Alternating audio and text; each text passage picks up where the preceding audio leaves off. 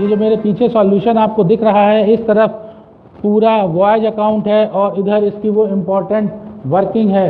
इस क्वेश्चन में किस तरीके से वॉयज इन प्रोग्रेस होगा, कैसे वॉयज इन प्रोग्रेस फ्रेट के ऊपर बेस्ड होगा, क्या फ्रेट के ऊपर बेस्ड नहीं होगा, उसको कैसे फाइंड करेंगे, वॉयज इन प्रोग्रेस का डेबिट पोर्शन जो कि इनकम के ऊपर शो करता है, इन सब चीज़ों को आप जानना चाहते हैं तो इस वीडियो को ज़रूर देखिए, क्योंकि इसमें प्राइमेज भी है और पैसेज मनी भी है और एड्रेस कमीशन का ट्रीटमेंट भी स्पेसिफिक तरीके से है और लास्ट में मैनेजर कमीशन तो है ही है।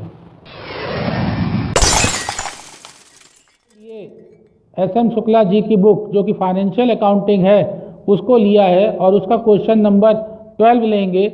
बहुत बार अलग अलग एग्जामिनेशन में ये क्वेश्चन सेम वैल्यू से आ भी चुका है। यहाँ पर आप देखें कि इन्होंने अपनी SM शुक्ला जी की बुक में क्वेश्चन नंबर 12 में इस टर्म को लिया है, साथ में क्वेश्चन नंबर 10 में लिया है, साथ ही में क्वेश्चन नंबर 13 में लिया है। इन्होंने अपने क्वेश्चन नंबर 12 में जिस जर्नी की बात करी है वो जर्नी स्टार्ट कहाँ से हो रही है, अभी आपको पूरा क्वेश्चन यहाँ पर देखने को मिलेगा, मगर ये की लाइन आपको समझानी है। तो उसके लिए देखिए, सागर सम्राट commenced a voyage on 31st October 2012 from Cochin to London and back 31st December 2012। तो कोचीन टू लंदन की बात हो रही है और वो बैक कर रहा है कब, 2012 31 दिसंबर को। यहाँ पर 2 पोर्ट की बात करी गई है। एक इन्होंने यहाँ पर जहाँ से स्टार्ट किया है वो है हमारा कोचीन का पोर्ट। कोचीन के बाद इसने जर्नी कहाँ के लिए करी है, लंदन के लिए जर्नी करी है और फिर इसको वापस जो आना है, कंप्लीट करना है वो 31 दिसंबर के लिए। तो ये अभी इनकम्प्लीट जर्नी का पार्ट है। स्टार्टिंग की डेट जो मेंशन करी गई वो है 31 अक्टूबर। अलग अलग बुक में अलग अलग ईयर हो सकता है, तो ये 2012 है और जो एंडिंग की डेट है वो है 31 दिसंबर 2012। इसके लिए ट्रिक ये है कि पहले जितने पोर्ट हैं उनको आप सेपरेटली ले लीजिए। तो कोचीन से इसने स्टार्ट किया और कोचीन पे ही इसको एंड करना है। मींस जो शिप है उसकी जर्नी यहाँ से ले करके यहाँ तक की होगी और लंदन के बाद में कोचीन के लिए होगी। इनकम्प्लीट जर्नी की बात करने जा रहे हैं। इनकम्प्लीट जर्नी में की लाइन कैसे यूज़ होती है इसको ध्यान से समझिएगा। क्वेश्चन नंबर 12 में की लाइन है, the return voyage was half the journey. तो जर्नी तो पूरी होगी ना, और लिखा क्या है, द रिटर्न वॉयज। तो पहले आपको रिकॉग्नाइज करना है कि रिटर्न वॉयज क्या हुई। तो रिटर्न वॉयज बेटा यहाँ से स्टार्ट हो रही है, इनवर्ड हो गया आपका रिटर्न जर्नी। अब रिटर्न जर्नी, जो रिटर्न वॉयज है हमारी जर्नी की, जो रिटर्न वॉयज है वॉज हाफ, ये है keyword. The return voyage was half, इसका मतलब कि रिटर्न में शिप कहीं ना कहीं यहाँ से कहीं ना कहीं तक चलता हुआ आ गया और ये पता चला कि ये हाफ है। इसने हाफ तक का कंप्लीट कर लिया। मीन्स शिप जो है वो आपका आधे रास्ते तक का आ चुका है। ठीक, तो ऐसी हालत में करना क्या होता है कि आपको इनकम्प्लीट में वॉयज रेशियो निकालना होता है। उस रेशियो को हम क्यों निकालते हैं सर, अभी आगे बताएंगे क्यों रेशियो निकाल रहे हैं, मगर पहले की लाइन समझिए कि रेशियो के डिफरेंस होने से आंसर आपका गलत हो सकता है। अगर यही वर्ड सेंटेंस ऐसे होता, the return voyage had not completed, तो हम इसको कैसे करते, इन दोनों के बीच में डिफरेंस समझा रहे हैं। तो बहरहाल हम क्वेश्चन नंबर 12 की लाइन के ऊपर बात करते हैं। The return voyage was half the journey.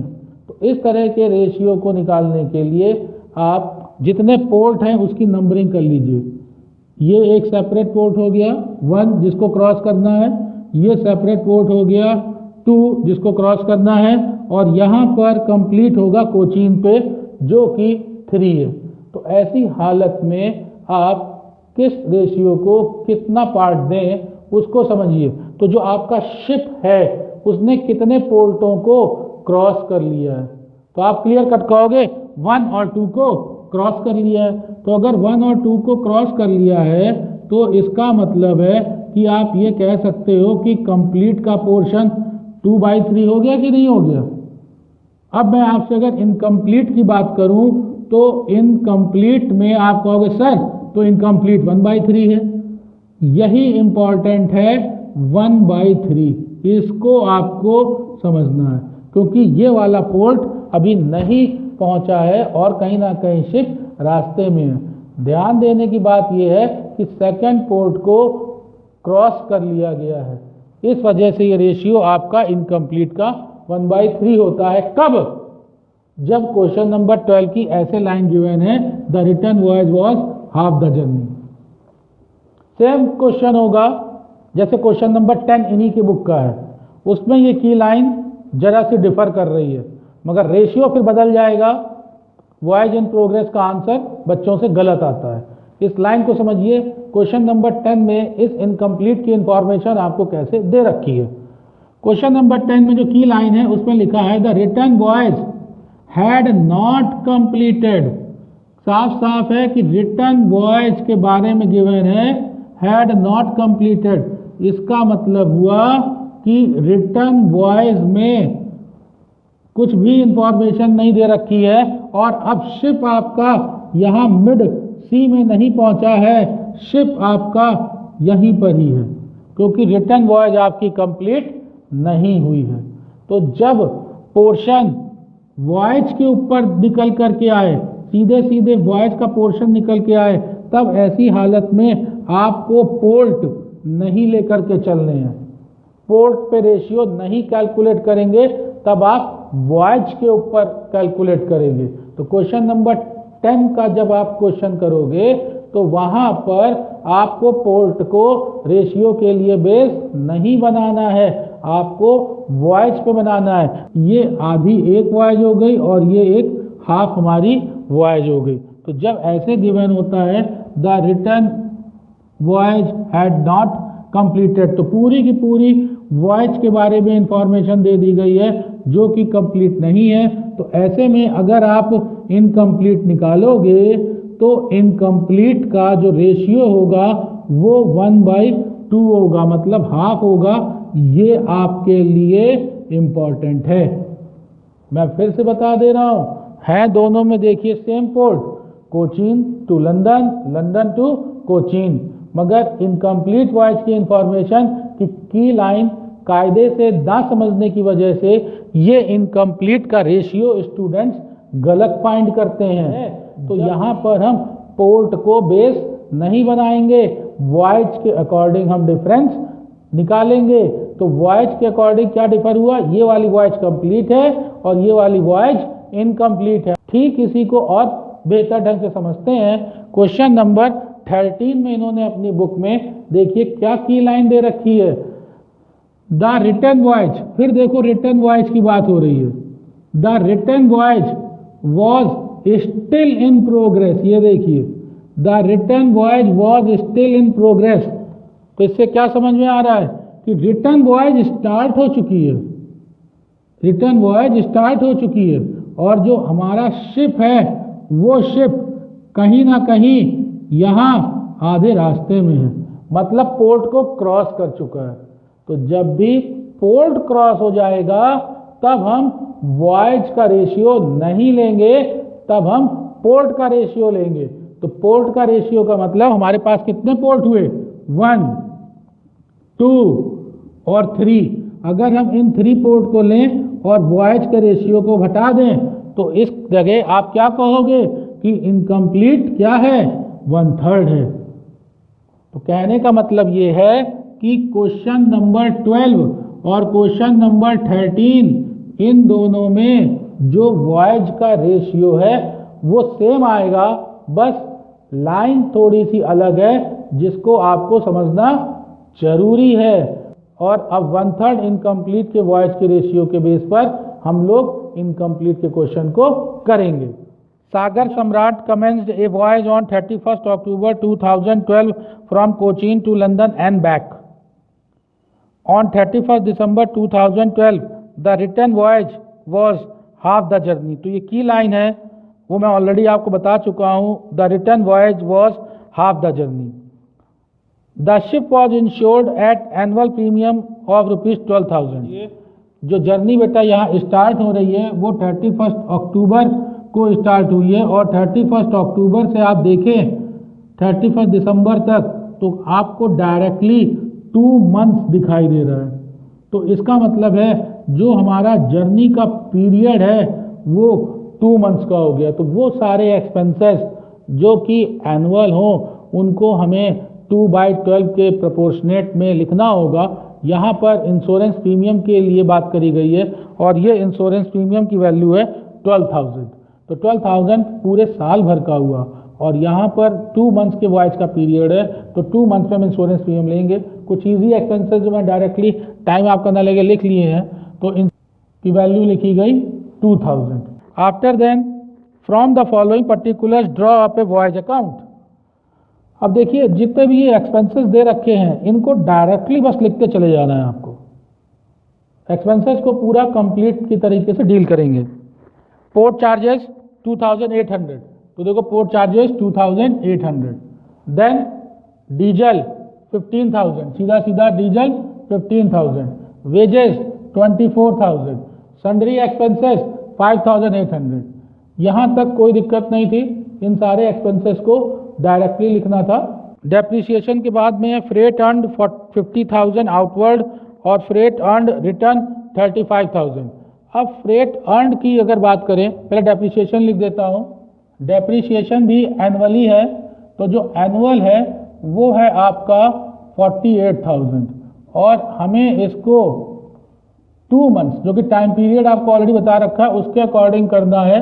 तो ये डेप्रिसिएशन की वैल्यू हो गई हम लोगों के लिए 4,000। बच्चे जल्दबाजी में पूरा 48 लिख देते हैं, ये डेप्रिसिएशन हो गया। फ्रेट आउटवर्ड और इनवर्ड, तो बाई फ्रेट आउटवर्ड वैल्यू कितनी है 50,000, इनवर्ड 35। अगर क्वेश्चन में प्राइमेज की परसेंटेज नहीं गिवन होती तो हम डायरेक्टली आउटर कॉलम में इसको लिख लेते। प्राइमेज है तो प्राइमेज की परसेंटेज को ले लेंगे, ऑलरेडी मैंने लिख रखा है, आगे भी गिवन है। बता देता हूँ कि प्राइमेज जो है वो हमारा 5% है इस क्वेश्चन में, तो इस वजह से 5% पर प्राइमेज लिया और इनवर्ड और आउटवर्ड की वैल्यू हमारे पास आ गई। इन दोनों को कंप्लीट कर लिया। ये एक इजी पोर्शन है जो कि कंप्लीट वॉयज में भी ऐसे ही यूज होता है। यहाँ तक अभी कंप्लीट वॉयज जैसा ही सिस्टम चल रहा है। देन गिवन है address commission 5% off on outward and 4% on return freight. तो एड्रेस कमीशन की बात करते हैं। To address commission, address commission जब परसेंटेज अलग अलग दी हो तो मेरा सजेशन है कि आप इसको अलग अलग निकालिए। पहले आउटवर्ड फ्रेट के लिए कहा गया, फिर इनवर्ड फ्रेट के लिए कहा गया। आउटवर्ड फ्रेट है हमारा 52,500 और इनवर्ड फ्रेट है हमारा 36,750। दोनों की बेटा परसेंटेज अलग अलग है, तो इसके ऊपर हम निकालेंगे 5% और इसके ऊपर निकालेंगे 4%, टोटल 4095। एड्रेस कमीशन के बाद में मैनेजर कमीशन भी क्वेश्चन में गिवन है, मगर मैं सजेस्ट करूंगा कि मैनेजर कमीशन जो है वो अभी आप लोग ना निकालें, क्योंकि मैनेजर कमीशन तब होता है जब वॉयज इन प्रोग्रेस का इफेक्ट आ जाए, तब आप एड्रेस कमीशन, तब आप जो है मैनेजर कमीशन निकालिए।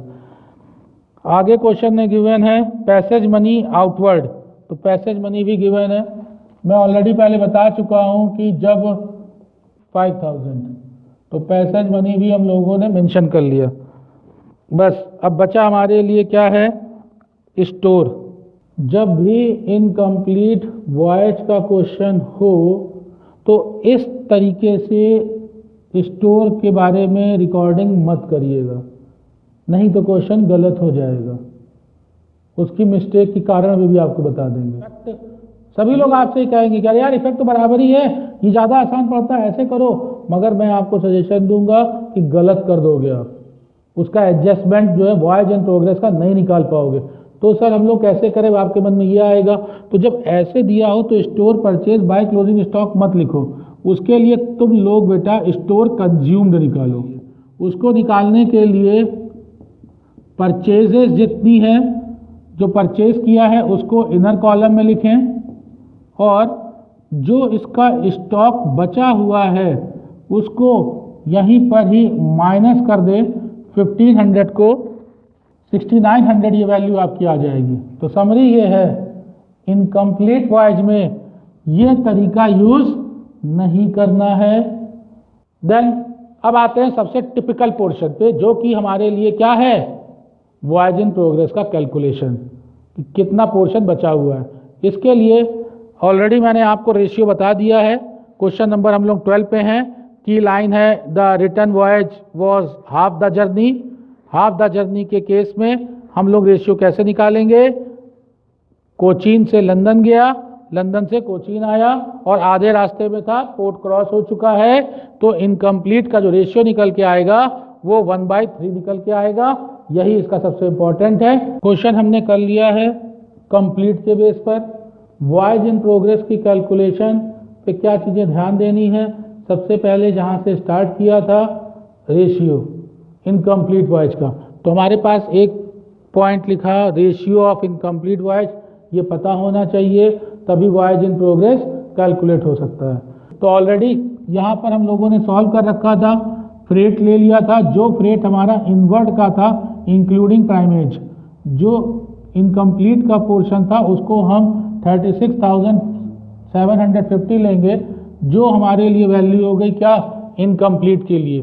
तो इनकम्प्लीट हमारे पास है वॉयज इन प्रोग्रेस 36,750, ये हमारा बहुत ही आसान पोर्शन होता है। इनकम पे ज़्यादा घबराने की ज़रूरत नहीं है। इनकम के ऊपर जो वॉयज इन प्रोग्रेस निकलता है वो इजी ही होता है, क्योंकि जो रिटर्न वाला पोर्शन है उसमें मैक्सिमम वैल्यू जो इनकम्प्लीट की है वो हमें ऑलरेडी जो सॉल्व कर रखा है वहाँ से मिल जाती है।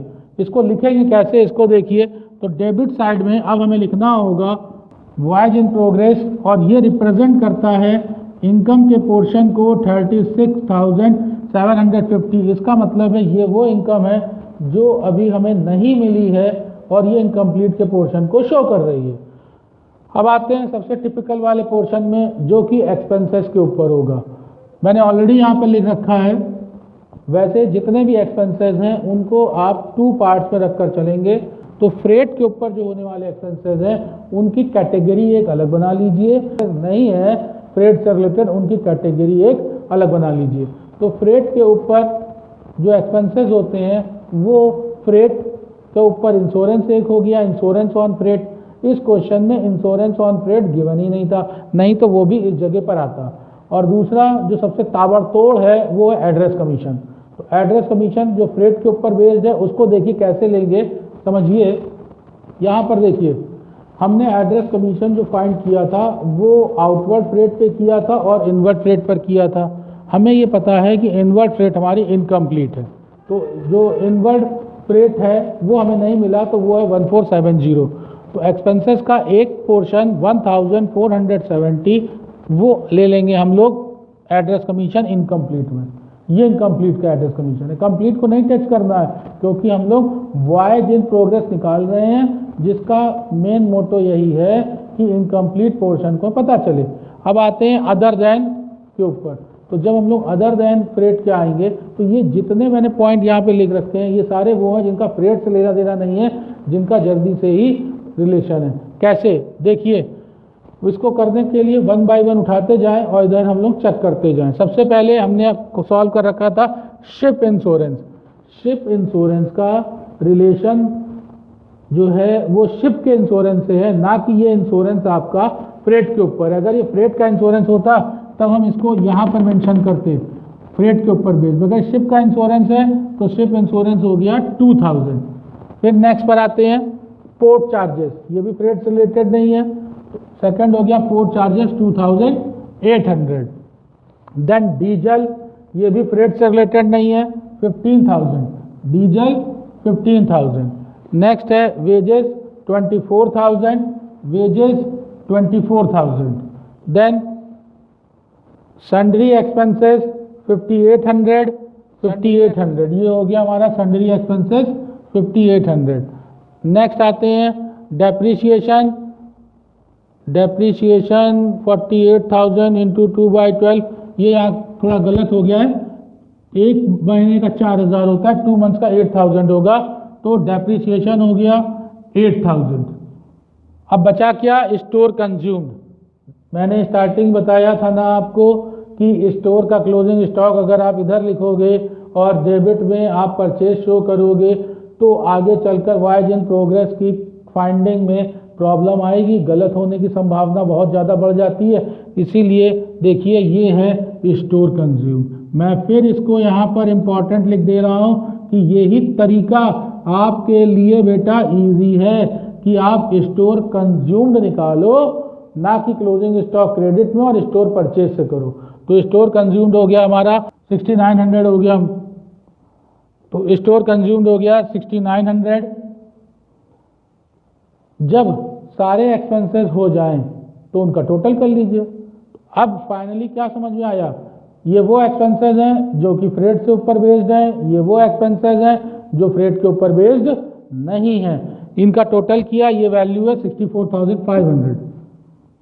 अब यहाँ पर रेशियो का यूज होता है जो हमने स्टार्टिंग में किया था सबसे पहले, जहाँ से क्वेश्चन सॉल्व करना शुरू किया था, इनकम्प्लीट रेशियो। तो ये टोटल है 64,500, ये बेटा टोटल वॉइज का पार्ट है और हमें इस टोटल में से इनकम्प्लीट के पोर्शन को अलग करना है। तो इनकम्प्लीट पोर्शन को अलग करने के लिए हम क्या करें, 1/3 जो इसका रेशियो देखिए टॉप पे, रेशियो ऑफ इनकम्प्लीट वॉइस हम लोग निकाल चुके थे 1/3, इसका हम लोग 1/3 निकाल लें तो ये वैल्यू निकल के आती है 21,500। This is wise in progress other than freight based.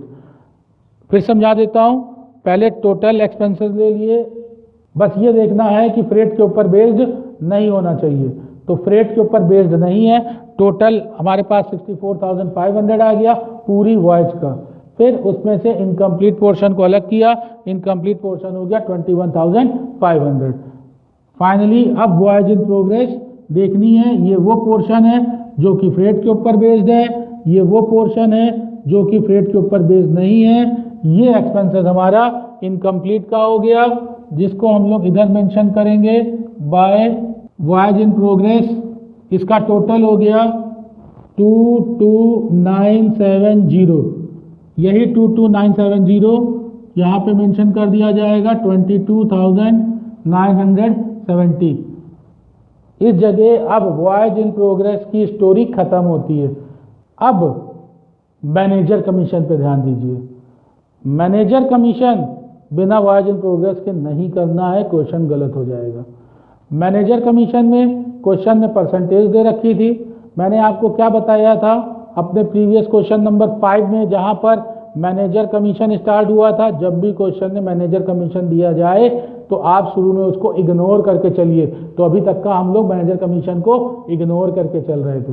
Manager commission की फाइंडिंग करनी है, तब उसके लिए इसको बैलेंस करते हैं। बैलेंस करने पर क्रेडिट साइड का टोटल है 1,17,220। इसी के बेस पर अगर हम बैलेंस करें तो ये बैलेंसिंग फिगर हमारी आएगी 11,875, मीन्स 11,875 ये बैलेंसिंग फिगर हो गई। सर ये हम बैलेंसिंग फिगर क्यों फाइंड कर रहे हैं, ये बैलेंसिंग फिगर मैनेजर कमीशन को इजीली कैलकुलेट करने के लिए बेटा फाइंड करी जा रही है। अब देखिए कि मैनेजर कमीशन कैसे आएगा। हम लोग बाय बैलेंस इसी वैल्यू को ले लेंगे 1,1875 और इसी के ही ऊपर ये ब्रॉट डाउन होगा, दिस इज ब्रॉट डाउन। इसी के ऊपर मैनेजर कमीशन फाइंड करेंगे। मैनेजर कमीशन की परसेंटेज 5% गिवन है, तो इसी वैल्यू के ऊपर हम लोग वैल्यू निकालेंगे 1,1875 इंटू 5/105, तो ये वैल्यू आ जाएगी 565 जो कि मैनेजर कमीशन है। और फिर लास्ट में इसके ऊपर नेट प्रॉफिट बैलेंसिंग फिगर आप निकालेंगे 11875, 11875 और ये बैलेंसिंग फिगर 11310 आपका नेट प्रॉफिट होगा, जो कि ये आंसर है।